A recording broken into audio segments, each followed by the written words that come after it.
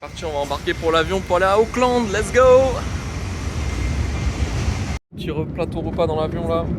Omelette, fruits, salade, coca, chocolat chaud, incroyable. Avec un petit film en prime là.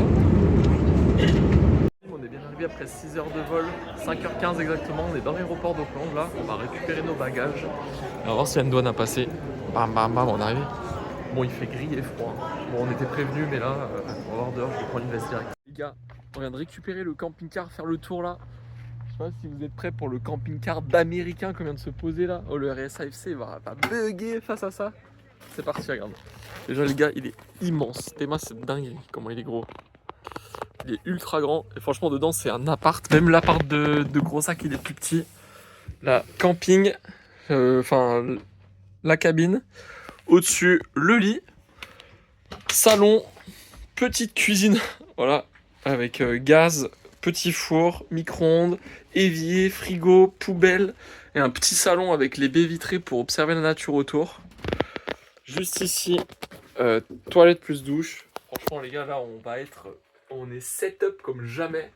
Ouais, le setup de zinzin. Donc là, franchement, trop kiffant. On va aller faire nos courses et puis l'aventure elle va démarrer juste après.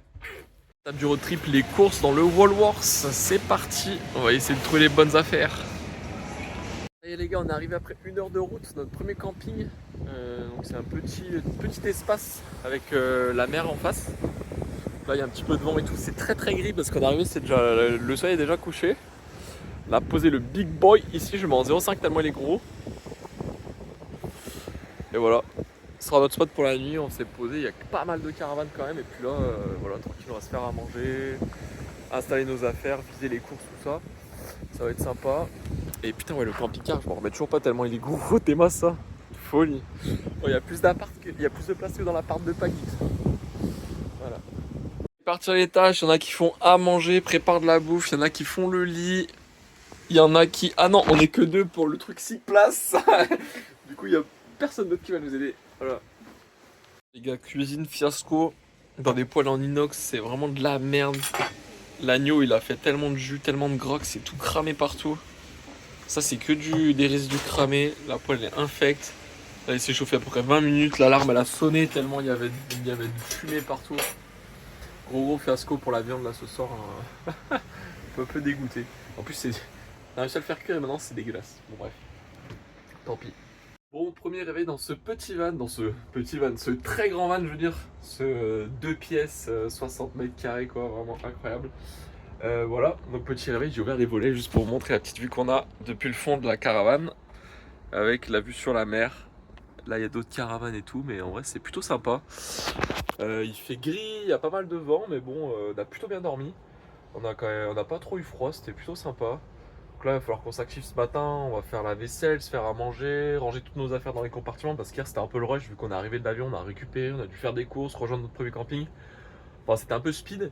Et là, aujourd'hui, on va se poser un peu plus, prendre un peu plus notre temps, surtout pour organiser le van. Et après, on a 1h30 de route pour aller à Cathedral Cove. Et ensuite, on doit se faire aussi les Hot Spring Water. Donc voilà, ça se trouve tout à 1h30, 2h de route. Et ça va nous prendre voilà, la journée tranquille, quoi. Et on va rouler, tout ça tranquille. Donc voilà un petit peu à quoi ça ressemble là. Les vagues qui viennent se cracher ici. Tac. Très sympa. Bon, on a rangé nos affaires dans le camping-car, on se fait une petite marche là, le long de la mer avec voilà, les pâturages autour, des vaches, tout ça, des gens qui commencent à partir. Bon, le temps est toujours gris là, j'ai mis le kawaii, je suis quand même en short hein. Ça va, j'ai pas trop froid aux jambes, il y a un petit peu de vent. Et on se balade une petite demi-heure, 1 heure, et puis après on va prendre la voiture et on va rouler vers Cathedral Cove, c'est à 1h30 d'ici.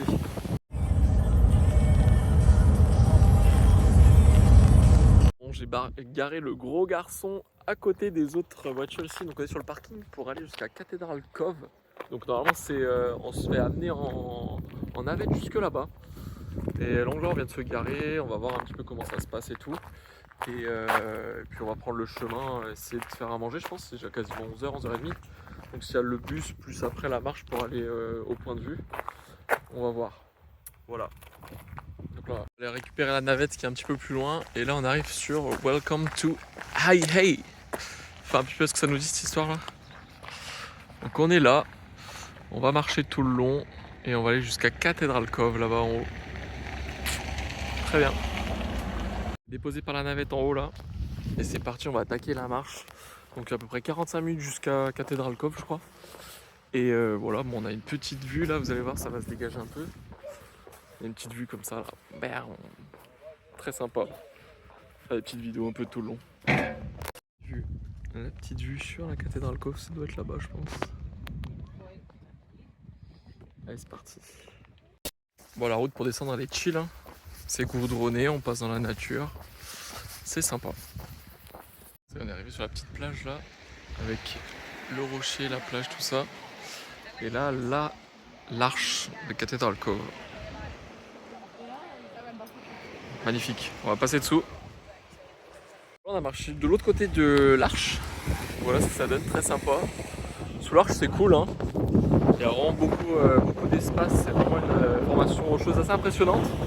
Et là voilà on se balade tranquillement et puis on va rentrer tout doucement après. Pour ceux qui reconnaîtront, il y a un petit fond d'écran Windows qui a été fait ici là. Juste comme ça. À Cathedral Cove, magnifique. Ça y est, on a bien profité de Cathedral Cove. On fait des petites photos, profiter de la plage, du soleil, tout ça. Et là on est maintenant sur le chemin retour. On est en train de reprendre tous les escaliers, toute la route à faire. Ça va être un peu... ça va nous faire un peu transpirer dans ce sens. Mais bon, très sympa honnêtement, hyper cool. Bim, on est arrivé, deuxième parking du jour. Il y a un petit peu moins de monde, on est sur les Hot Water Beach. Donc c'est un endroit où en fait quand la plage elle se retire en marée basse. Donc là c'est à 4h et là il est 14h30, 15h. Donc c'est un endroit en fait où il y a on va dire une plaque volcanique qui passe. Ou genre, il y a du volcan qui passe en dessous à un endroit là. Et ce qui fait qu'avec la chaleur des nappes souterraines, l'eau qui remonte elle est à 40 ou 50 degrés, voire 60 pour les endroits les plus chauds. Donc il faut juste trouver le bon endroit où creuser et après tu as un petit jacuzzi maison. Donc voilà, on va essayer de trouver ça. Là on s'est garé sur le parking et voilà le petit plan. Et Hot Natural Beach Water, c'est par là-bas. Donc on y va, c'est parti. Voilà, en train de marcher sur la plage. On rejoint les gens qui sont là-bas. Ils ont déjà dû creuser leur petite piscine. Je vais essayer de gratter une pelle à quelqu'un si je peux. Parce que sans pelle c'est difficile de faire un trou et une piscine je crois. On va voir s'il y a beaucoup de gens qui sont placés ou pas. Et puis voilà. Ouais franchement c'est marrant. Bah, ils sont arrivés, ils ont tous fait leur trou là. Je pense qu'on va pas avoir trop de place. Mais bon départ. Là tu creuses ton trou et t'espères avoir trouvé l'eau chaude en dessous des barres. Super marrant parce que là il y a de l'eau qui sort du sol en fait. Mais là l'eau elle est genre brûlante de chez brûlante, tu vois ou pas? Là c'est chaud, c'est 60 degrés minimum. Incroyable. Donc là on est arrivé ce soir à notre spot du soir pour le camping. Donc on s'est trouvé un petit endroit gratuit dans une ville qui s'appelle Te Aora. Donc c'est pas très loin de notre rendez-vous de demain matin où on va à Hobbit Town pour visiter le plateau de tournage du coup du Seigneur des Anneaux. Et voilà à quoi ça ressemble. On est à côté d'un terrain de rugby et il y a un petit terrain de BMX derrière. On peut faire le tour du parc en 1 heure. Pour le moment c'est réservé que pour 6 personnes. Enfin c'est gratuit, il n'y a que 6 personnes qui peuvent être en même temps sur place. On n'est que 2 pour le moment donc hyper pratique. En plus c'est gratuit donc c'est nickel. Et voilà, on va profiter là et manger tranquillement. Et demain on va partir assez tôt pour rejoindre le plateau de tournage de Hobbit Town. Voilà, à demain. Et petit apéro avant de manger, coca comme d'hab, petite télé, des tartinades, des crackers, des pistaches, face au coucher de soleil sur le terrain de rugby. Let's go! Bon, ce matin on a pris la route pour Hobbit Town. Voilà à quoi ressemblent les routes en Nouvelle-Zélande. Là pour le moment on est sur une grande ligne droite. On est à 45 minutes d'arrivée. Et ça ressemble à ça toujours. Ça fait très campagne, hein. Campagne de chez nous, très droit, des fermes, des vaches. Donc voilà, là, on va arriver, regarder le plateau avec les vaches là. Bam. Elles arrivent, elles sont là. Où est les vaches?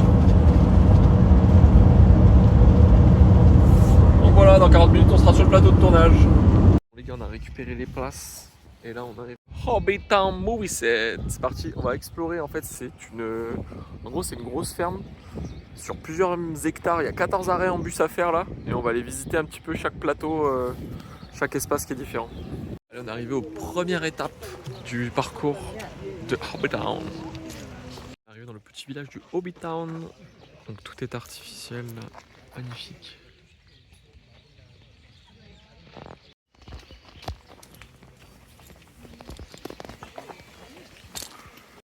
l'arbre au-dessus, c'est un arbre artificiel. Bam.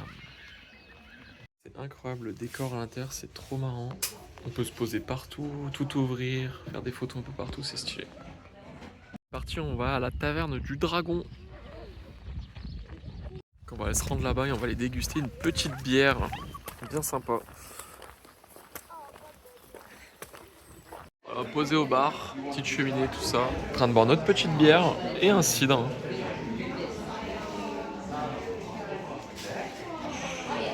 Le petit VG Garden.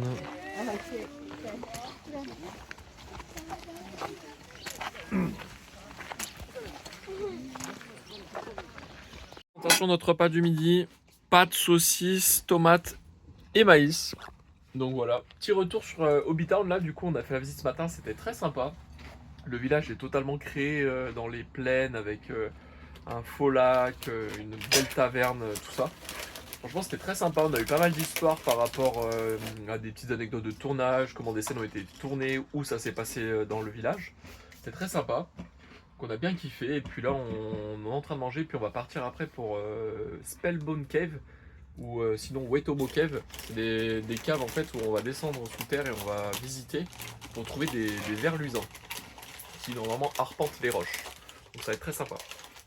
On a hâte pour la suite.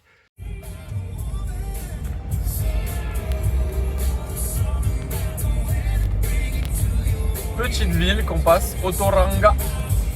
Bon, on est arrivé pour le Spellbound, on va marcher un petit coup pour rejoindre la cave. Et d'abord, on va se balader tranquillement au milieu des prairies. En dessous, il y a une grande rivière. Donc franchement, c'est la Nouvelle-Zélande, c'est vraiment le pays du vert, quoi. La verdure. Il y a beaucoup d'espaces verts, d'élevage de vaches et de moutons dans les collines. Donc là, c'est très pentu, très vert, c'est incroyable. Regardez, tac tac tac. Et voilà, on fait une petite marche tranquille pour rejoindre le frérot qui va être un peu plus bas avec sa voiture. Et on va ensuite partir dans la cave pour voir les plus. Je crois bien que c'est l'entrée de la cave où on va rentrer là. Donc là, il y a un petit chemin derrière, on va passer. Donc c'est alimenté par une grande rivière hein, qui remonte là-bas derrière avec les montagnes au fond. Et voilà, ça va être parti. Je rejoins le groupe parce que je vais me faire engueuler après. C'est parti, on rentre dans la cave là. Ah ça y est, on va commencer à plus rien voir. A plus tard. Si on voit là avec tous les points, c'est des vers luisants. On est en train d'avancer dans la grotte. Bon voilà, après cette visite de la caverne, avec les vers luisants, c'était très sympathique. On a vu plein de vers luisants dans les grottes, des passages très étroits. On était sur un petit bateau flottant et tiré avec une corde pour aller sur un passage, revenir, enfin tout ça. Très sympa, on a eu un petit peu d'histoire sur la cave, sur les vers luisants, comment c'était, qu'est-ce que ça mangeait, comment ça se reproduisait, enfin bref, un petit historique comme ça. Là on a roulé une petite heure pour notre spot du soir qui est un camping encore gratuit. À côté d'un lac, donc voilà, on est sur un lac très sympathique. Là on a posé le camping-car. Et on est genre que deux, trois, les autres c'est des voitures avec des remorques, donc ils ont dû poser leur bateau et aller faire un tour dans le lac je pense. Voilà, on est posé là tranquille, on va rester là pour la nuit avant de partir demain sur Rorotua, je crois. Et voilà, très sympa. Petit spot nature détente quoi.